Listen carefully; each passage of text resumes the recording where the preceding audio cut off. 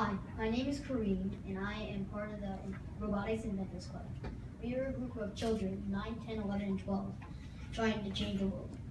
Before we can qualify for this, we have to pass through 2 sets of summer camps where they teach you the basics of robotics, from making a circuit to programming the robot. After that, you are qualified to get into the Robotics Inventors Club. We've been working on building a robot since October, and step by step, we've been building the robot to the end. Our team is not just one, it is separated into 3 different parts: the mechanical engineers team, the software engineers team, and the electrical engineers team. Now, Lena is going to tell you a little more about what each of these do.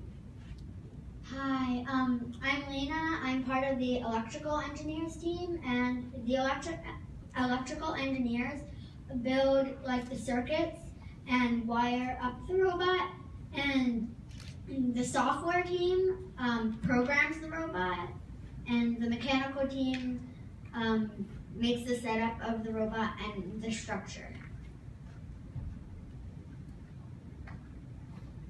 When we chose this problem, there was an Ebola outbreak going on in the US. Nurses were getting infected, and we built Anna to help the nurses so they don't get infected.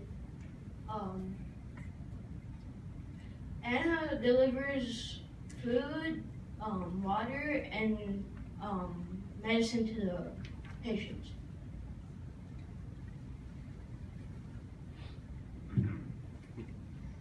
I'm Addie P. Davis from Hampton Roads Academy, and I'm on the software team, and our robot is Anna.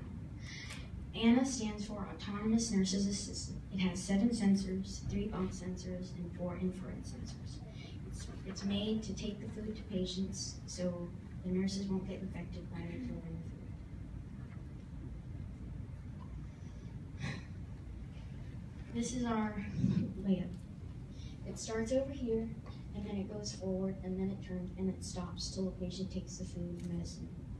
And then it goes forward, and it does that for the next 2 beds. And then when it's done, it goes back to where it started, and then it shuts off.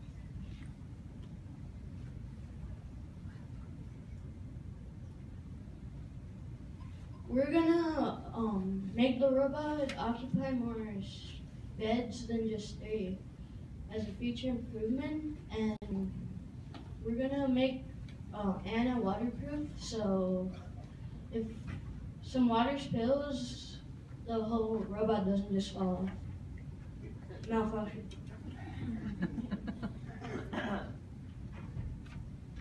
Now, we will show you our robot in action. Keep in mind that this robot is autonomous, meaning that it does not move by a remote control, but moves by commands and coding.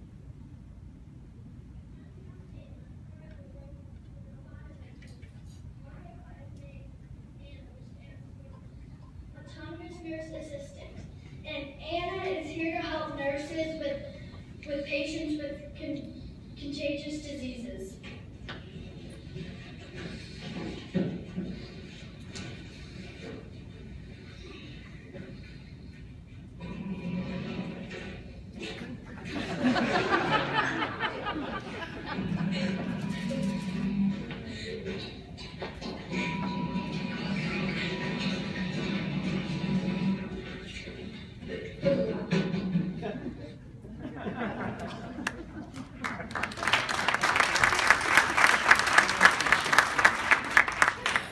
Thank you for listening to our presentation. If you are interested, come check us out during the National Robotics Week on April 3rd inside the Smithsonian Museum in DC. We will be presenting our robot live, and you will get to meet the rest of our team. Thank you for your time.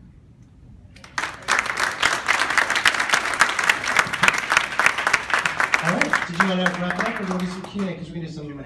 Perfect, okay, great. Well, let's start. We got a bunch of questions here, and we'll kind of get things right. Yep. How does it navigate?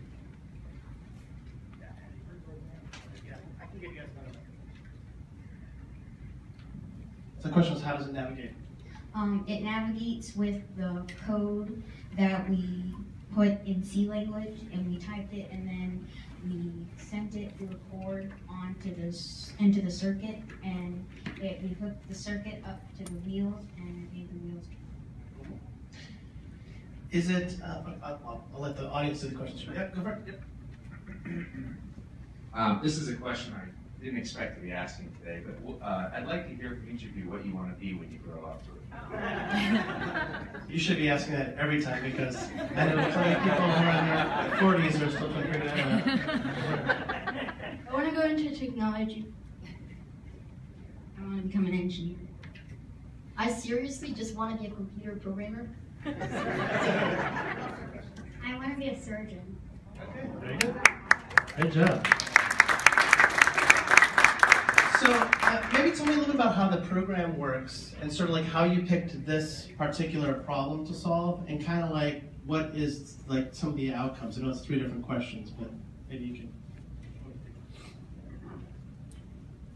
So the way it works, the way children can get into the Robotics Inventors Club is they sign up for our summer camps, and it's very unique curriculum that we've developed because we're robot builders and we're passing lessons on that we've learned through various projects that I've learned as well to students in multiple levels. Beyond that, coming up with the idea, I can let one of the students, talk about how they did that.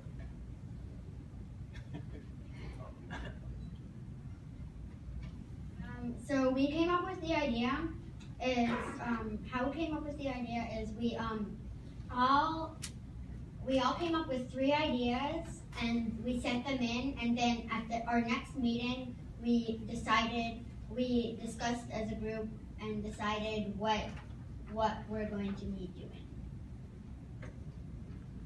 And I'm kind of wondering about the sort of like the end. So it sounds like there's a thing at the Smithsonian Institute. Is that connected to the problem, or is that like just happens to be at the same time? How is the thing that you're doing connected with what's going on over there?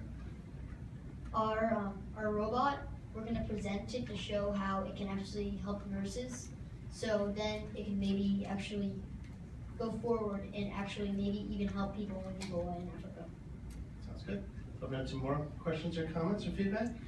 So, back here. Who funded your development?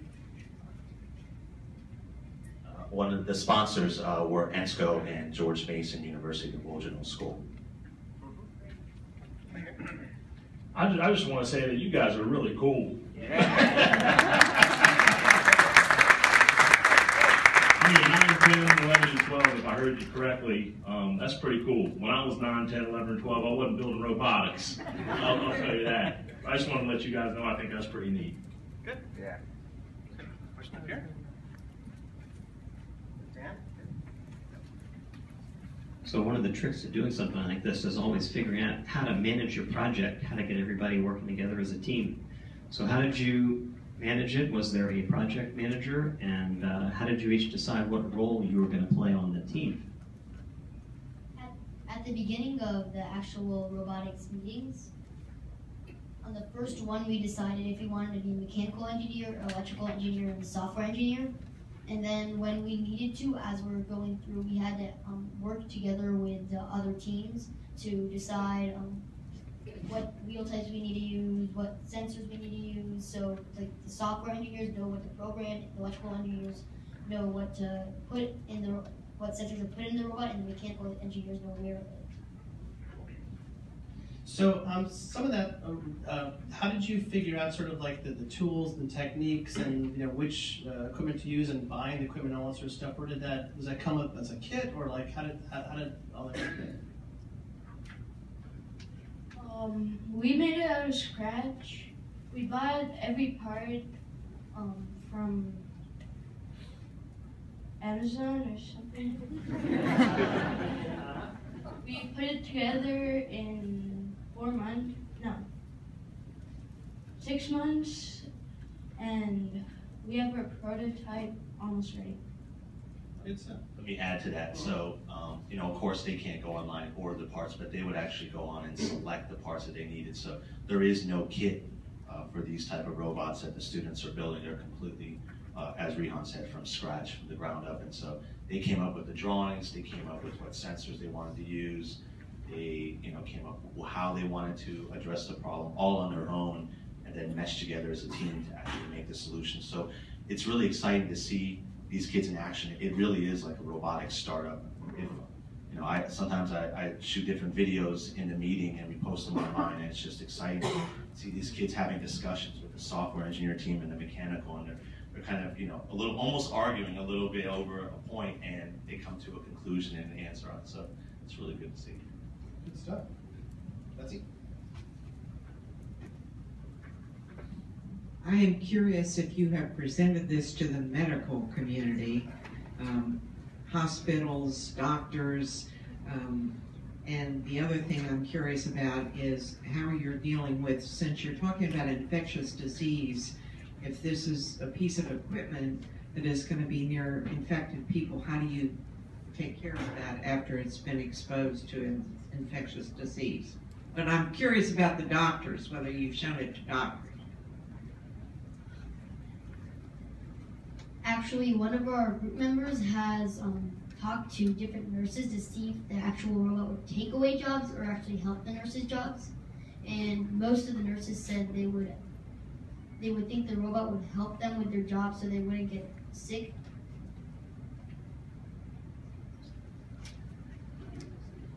We want to make the robot waterproof so we can disinfect it. So basically, like after it would make its rounds, and before it would leave the infected area, there would be like some spray down or whatever the procedure is. Okay, that's good. All right, any other further questions, comments, feedback? All right, excellent job. Great job.